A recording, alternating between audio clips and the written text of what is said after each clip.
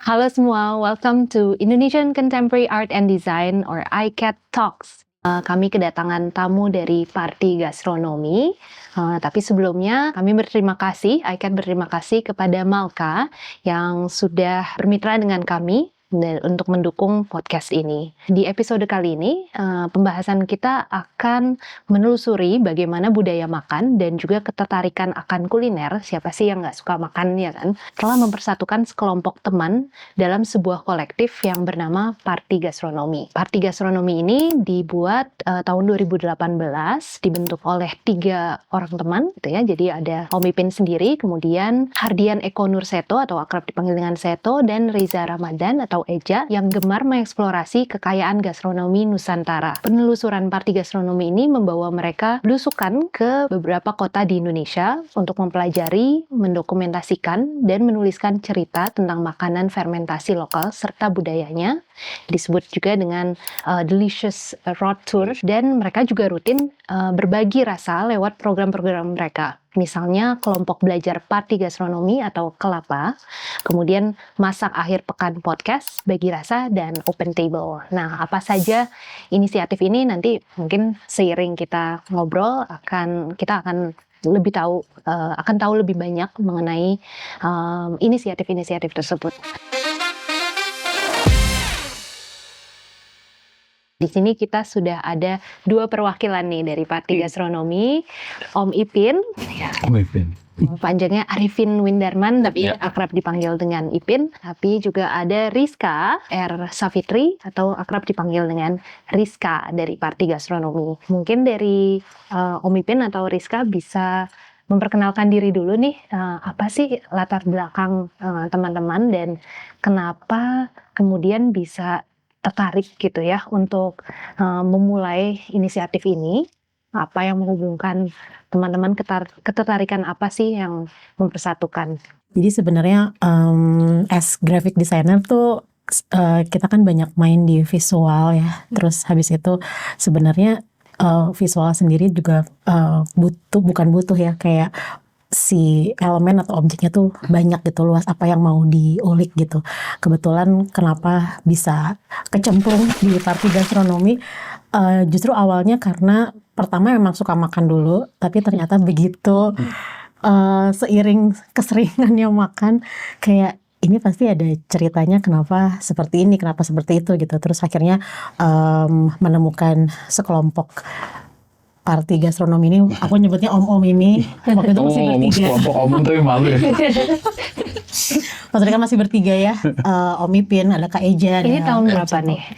Dari awal kalian muncul 2019. Ya? Jadi kayak, oh ternyata ada ya yang neliti tentang makanan. Maksudnya itu adalah sesuatu hal yang kadang tuh dibilang remeh gitu ya, kayak kita kadang suka take it for granted sama apa yang sangat dekat sama kita gitu, kayak oh ternyata makanan tuh ada banyak ceritanya gitu ya. Terus habis itu yang paling serunya adalah gimana Parti Gastronomi tuh ngemas cerita-cerita makanan ini tuh secara visualnya sangat enhancing gitu, kayak oh ternyata menyampaikan cerita tentang makanan tuh bisa secara visual gitu dan bisa dikemas secara bagus gitu. Terus makanya dari situ kayak kenapa enggak aku pengen coba apa sih gue sebagai graphic designer tuh bisa kontribusi apa sih di sini gitu. Karena penasaran itu. Terus waktu itu aku punya inisiatif namanya Jalan Jajan, itu ngajakin teman-teman buat explore sekota Bandung, apa sih namanya, tentang kuliner-kuliner. Kalau sekarang sih aduh nyebutnya sorry banget, hidden gem gitu ya. Jadi kayak oh ini kayaknya bisa, gue pasti ada punya peran nih, bisa berperan nih di sektor kuliner ini gitu. Jadi itu sih awal ketertarikannya aku masuk podcast. Gimana nih sebagai seorang product designer kemudian berperan di komunitas yang berbeda-beda gitu ya. Juga mungkin dengan topi yang berbeda-beda gitu ya, karena perannya pasti juga role-nya berbeda-beda, topinya berbeda-beda, kerjaannya juga berbeda-beda. Tapi ya kalau saya sebenarnya basic keilmuan memang product designer. Gue ceritain ini aja ya sedikit ya. Saya ceritain sedikit aja. Kalau keilmuan memang product designer, tapi interest terhadap gastronomi memang sudah dari 2011 atau 12 ya. Oke itu. Kebetulan Dulu saya sama salah satu partner saya dulu bikin namanya Open Table yang sekarang diadopsi di Parti Gastronomi. Open Table itu kita dulu bikin satu inisiasi baru. Jadi kita bikin pop up dining. Mungkin dulu di tahun segitu di Bandung, Jakarta kayaknya nggak banyak yang bikin pop up dining. 2010-an gitu. Iya, 2011. Kita ngobrol pertama tuh 2010, terus mulai diinisiasi untuk bikin pop upnya tuh dari 2011 sebenarnya. Dulu tuh cuman kita Open Table, dan saya sebutkan lagi satu lagi namanya G8. G8 itu buatannya inisiasinya chef Fernando Sindu, Cork and Screw, sama gue lupa lagi satu lagi, sama Ivan tuh dia dari Semarang. Nah itu awal mula ketertarikannya ketika dapat satu kerjaan di Bali untuk bikin satu pop up gitu ya. Terus kebetulan Eja sama Seto tuh dia ada satu panggung juga dulu di Bali juga gitu. Nah makanya daripada pisah-pisah nih. Ketemunya di situ. Iya, ketemunya sih udah, kalau sebagai teman sih udah di Bandung udah sering beberapa kali ketemu. Cuman ketika diketemuin sama satu pekerjaan yang sama, akhirnya udahlah jangan pisah-pisah aja. Mendingan gabung nih gitu ya. Soalnya gue udah malas ngambil orang lagi gitu. Udah bareng aja sama kita gitu. Jadinya kerjaannya saya yang pop up itu di-handle juga sama Eja dan sama Seto. Kerjaannya Eja sama Seto juga di backup sama gue juga gitu. Jadi gitu lah saling mengerjakan. Dulu namanya belum Parti Gastronomi. Parti Gastronomi itu dulu 3 bocah tua nakal apa ya? Astagfirullah. Serius? Nggak deh. Pokoknya gitu, nggak ada yang spesifik gitu namanya. Cuman pas kita udah balik ke Bandung, terus jadi sering ketemu, akhirnya 2019 itu akhirnya ketemu satu nama Parti Gastronomi, kalau nggak salah Eja sih yang inisiasi. Jadi betul-betul berbeda nih ya bertiga ini, kemudian ketemu dan terbentuklah Parti Gastronomi dari mulai 3 orang kemudian jadi 4 orang, dan sekarang hari ini udah berapa orang? Sekarang co-foundernya 3 masih tetap, core manajemennya ada ber-7 termasuk Ibu Rizka ini, dan society besarnya gitu yang besarnya itu ada kurang lebih ada 40.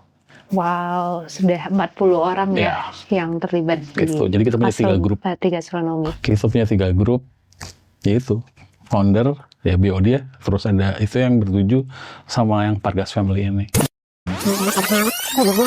Kita punya 3 grup. Nah, lanjut nih ke pertanyaan berikutnya. Parti Gastronomi kan sudah melakukan perjalanan ke berbagai kota di Indonesia ya, dalam tour Delicious Road gitu. Bisakah teman-teman menceritakan beberapa penemuan yang paling menarik nih dari tour Delicious Road ini, atau mungkin hal-hal yang mengejutkan selama perjalanannya? Dulu konsepnya itu adalah mencari makanan fermentasi autentik Indonesia berdasarkan daerah yang kita kunjungi. Karena dari awal perjalanan itu saya dapat Medan. Dari Medan kita ke Padang kita ke Banjarmasin kita Samarinda. Di Medan itu kita involve-nya di industri tauco. Tauco Medan, terus yang Padang itu kita fermentasi khas Minangkabau. Itu namanya Dadia, fermentasi dari susu kerbau. Yang Banjarmasin itu namanya Iwak Pakasam. Jadi Iwak Pakasam itu adalah fermentasi ikan khas dari Banjar sih. Samarinda itu karena berdekatan, kita akhirnya memutuskan untuk sama Banjarmasin. Nah yang menariknya adalah sisi gue ya, ketika perjalanan itu kita kan ada early research lah gitu ya, nyari sebenarnya apa gitu di kota-kota ini komoditas fermentasinya itu apa, implementasinya di kota yang kita kunjungin. Nah dari beberapa kota ini, yang pertama dan kita bikin terkejut adalah sebenarnya generasi mudanya ternyata mereka tidak diturunkan ilmunya sama orang-orang yang sudah tahu ada. Jadi ada generation gap gitu ya, di mana pengetahuannya saya nggak tahu itu adalah generation gap atau memang kita ngomongnya jangan ngomong ketidakpedulian ya kalau terlalu dini untuk mengatakan itu. Cuman memang mungkin ada ada jurang besar gitu di tengah-tengah yang membuat generasi mudanya atau kita nyebutnya milenial sama Gen Z aja ya, ke Gen X dan Boomer gitu. Di mana mereka udah nggak mendalami lagi nih teknik fermentasinya. Kalau di Medan, kalau Tauco mungkin karena si industrinya besar, masih terlihat, mereka masih bisa tercover gitu ya, ilmunya gitu ya. Nah, yang sedikit menyedihkan memang di Padang itu ketika kita ketemu dan karena endingnya setiap penemuan ini adalah biasanya kita bikin masak-masak gitu, makan-makan sama komunitas sekitar gitu. Ketika kita kasih tahu bahwa ini dibuat dari dadia, terus ini dimakannya seperti ini, ada saya nggak ngomong sebagian kecil atau sebagian besar, kita ngomong sebagian aja ya. Ada sebagian generasi yang melihat ini apaan sih? Itu cukup bikin kaget sih. Oh, ini tuh yang namanya dadia gitu.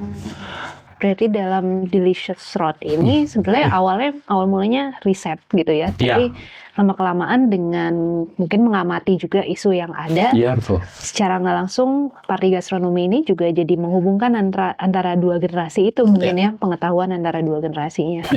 Dan setelah tour Delicious Road ini ada nggak misalnya apakah itu publikasi apapun sharing yang kemudian dilakukan oleh teman-teman Party Gastronomi untuk teman-teman di Bandung misalnya gitu. Nah, untuk melengkapi ceritanya sebenarnya kita punya dua keluaran, dua output. Satu, kita memang niatnya dari awal itu memang bikin dokumenter. Jadi dulu tugasnya kita cuma masak-masak doang. Setelah riset awal, terus ujungnya ada masak-masak doang. Ternyata kita mikir nih, duitnya kenapa nggak kita bikin sesuatu yang bikin ini terdevelop dengan baik dan jadi edukasi buat orang-orang. Makanya kita bikin dua keluaran. Satu adalah dokumenter, yang kedua adalah kita bikin satu buku namanya Delicious Road. Gitu. Dan yang ketiga, sebenarnya di akhir acara perjalanannya di Bandung itu kita bikin satu pameran artefak. Namanya Delicious Road juga, Delicious Road Exhibition. Nah, sekarang kita mungkin lebih menggali lagi nih sesuai topik dari episode kali ini, yaitu kaitan antara seni, desain, dan gastronomi. Gitu ya. Nah, seru nih mungkin ya bagi Rizka dan Om Ipin yang memang latar belakangnya sendiri adalah desain gitu ya. Tapi kemudian memulai ini berkolaborasi dengan teman-teman dari berbagai disiplin. Tadi ada food anthropology, terus tapi juga ada pertanian gitu kan ya.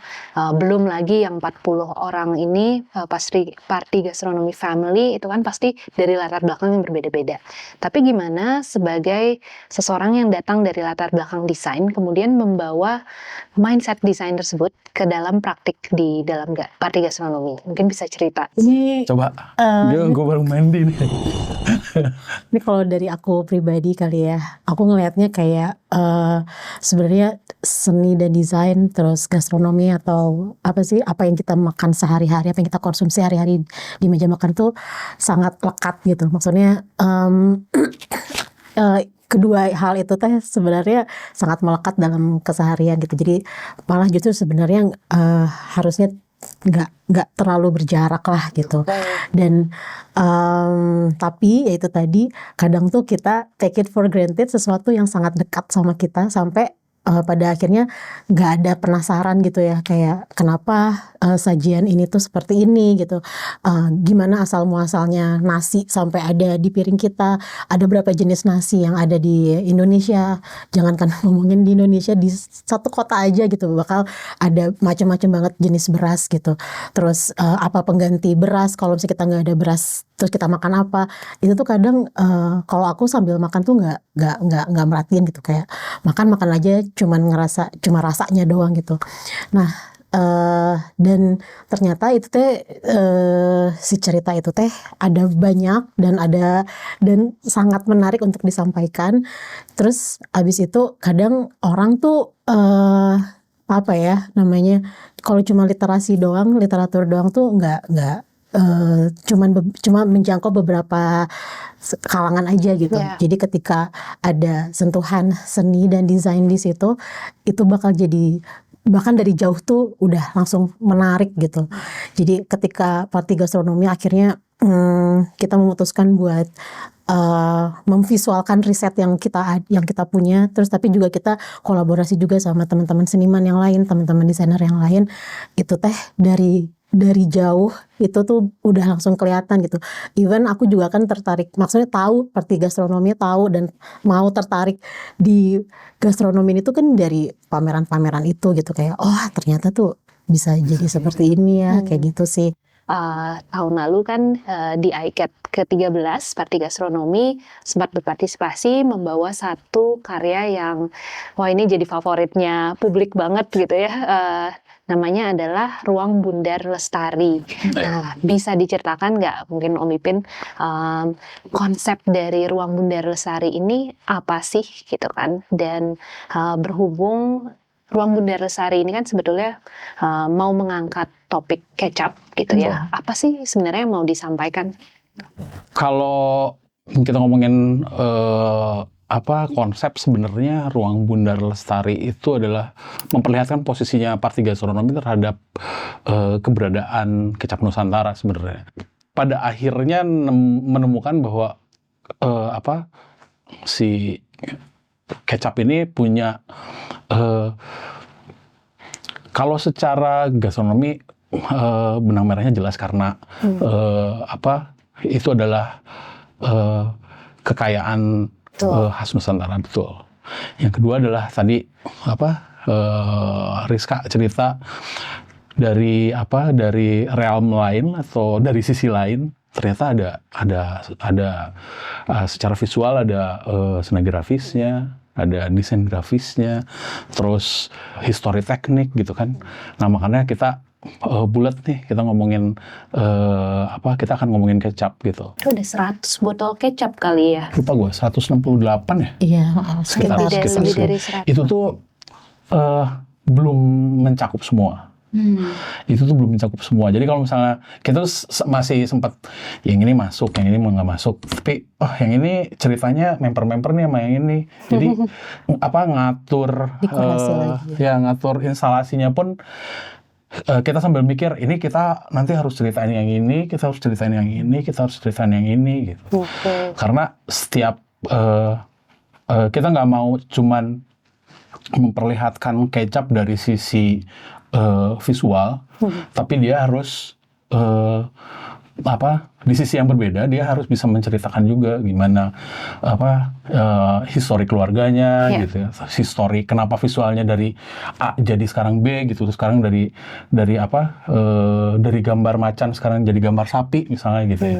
Sama mau ngasih kan sebenarnya di di instalasi yang lingkaran itu kan selain label-label kecap, tapi kita juga ngasih scene-scene makanan yang dikecapin gitu ya. Kayak itu juga waktu take foto itu tuh kita kayak bukan baru nyadar ya, tapi kayak benar-benar yang si kecap tuh sedekat itu sampai makanan dari mulai sarapan, makan siang sampai makan malam tuh ada kecapnya gitu. Dan bisa beda-beda juga, misalnya kecap ini cocoknya sama makanan apa gitu kan ya, kalau nggak salah salah satu hal yang mau disampaikan. Ada pairingnya kayak kecap untuk bubur, kecap untuk sate dan yang lain sebagainya gitu. Kita ngasih augmented reality gitu, Om nggak tahu ya? Tahu dong.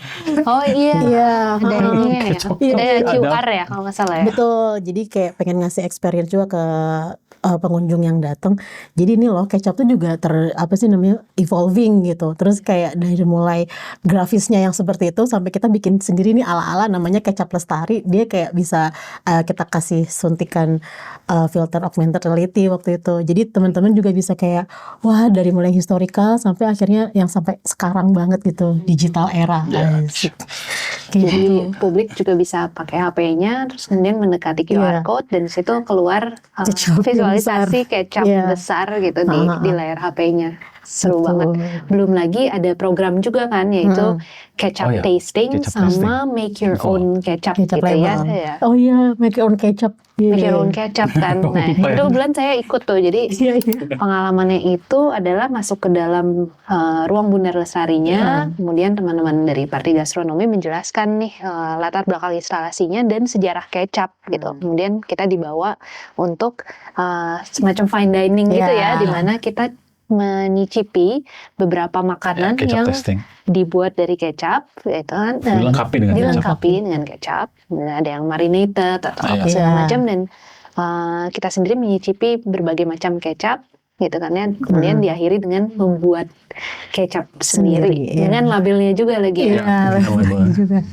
Sampai ngecap-ngecap. Ribet ya. Ya bang, tapi bahkan jadi tahu gitu kecap yang kan kita pameran cuman kecap manis aja kan waktu itu. Tapi even dari kecap manis pun beda merek, beda kegunaan, beda pairing itu tuh rasanya juga bisa beda gitu. Ada yang kecap manis sedang, manis gurih, manis apa Pedas sih banget. namanya? Iya, yang ada yang konsistensinya, ada yang kental banget, ada yang sedikit encer dan lain-lain. Jadi kayak dari satu pelengkap makanan aja sekaya itu gitu, Indonesia teh gitu. Oke, thank you banget nih sharingnya mengenai ruang Bunda Lestari. Ikut ikat lagi kali ya. Tapi nah untuk selanjutnya kita bakal membahas lebih kepada, mungkin tadi kan kita awalnya sudah membahas asal mulanya Parti Gastronomi gitu ya, dengan program pertamanya, kemudian juga gimana seni dan desain ini berperan dalam beberapa kegiatan Parti Gastronomi, kalau nggak semuanya mungkin ya, termasuk ketika di ICAT. Nah sekarang mungkin kita lebih fokus lagi kepada gimana Parti Gastronomi ini sebetulnya juga tertarik dengan edukasi yang terkait dengan pangan, kuliner gitu ya. Walaupun edukasi ini mungkin lebih kepada pendidikan alternatif kali ya, Iya. gitu. Dalam bentuk lokakarya atau apapun itu, mungkin bisa diceritakan nggak nih inisiatifnya? Jadi kalau kita ngomongin kelapa atau kelompok belajar Parti Gastronomi itu Singkatannya kelapa. kelapa. Iya. Oke. Kalau misalnya mau runtutan historinya dari mulai kita kita jalan ke Ubud Food Festival gitu ya, terus asalnya tuh kita pengennya bikin satu hub yang bisa ngumpulin entitas-entitas gastronomi di kota Bandung gitu ya. Waktu itu kita mikirnya gimana caranya Parti Gastronomi ini bisa mengedukasi orang-orang di sekitarnya yang sebenarnya secara keilmuan mereka berbeda gitu ya. Yeah. Tapi punya satu ketertarikan atau benang merah yang sama, yaitu gastronomi gitu. Makanya pada 2022 tuh kita bikin kelompok belajar namanya Kelapa, kelompok belajar Parti Gastronomi. Waktu itu kita ngomongin fermentasi. Terus Eja itu dulu ngomongin farm to table. Jadi tentang farmingnya. Nah, kalau saya dari sisi desain dan bisnis, nah sebenarnya ilmu-ilmu inilah sebenarnya kita edukasi ke mereka gitu. Wah, seru banget diskusi hari ini. Dari awal mulanya kita ngomongin makanan gitu ya, kuliner, gastronomi, tapi kemudian nyebrang nih ke seni dan desain, tapi ternyata lebih dari itu, kita juga nyebrang ke tadi ngomongin lingkungan, globalisasi, dan bahkan pangan gitu ya, pertanian. Jadi terima kasih banyak Om Ipin sama Rizka atas pencerahannya hari ini. Thank you bagi yang sudah nonton ICAT Talks. Kita bertemu lagi di episode selanjutnya. Bye. Ini tuh.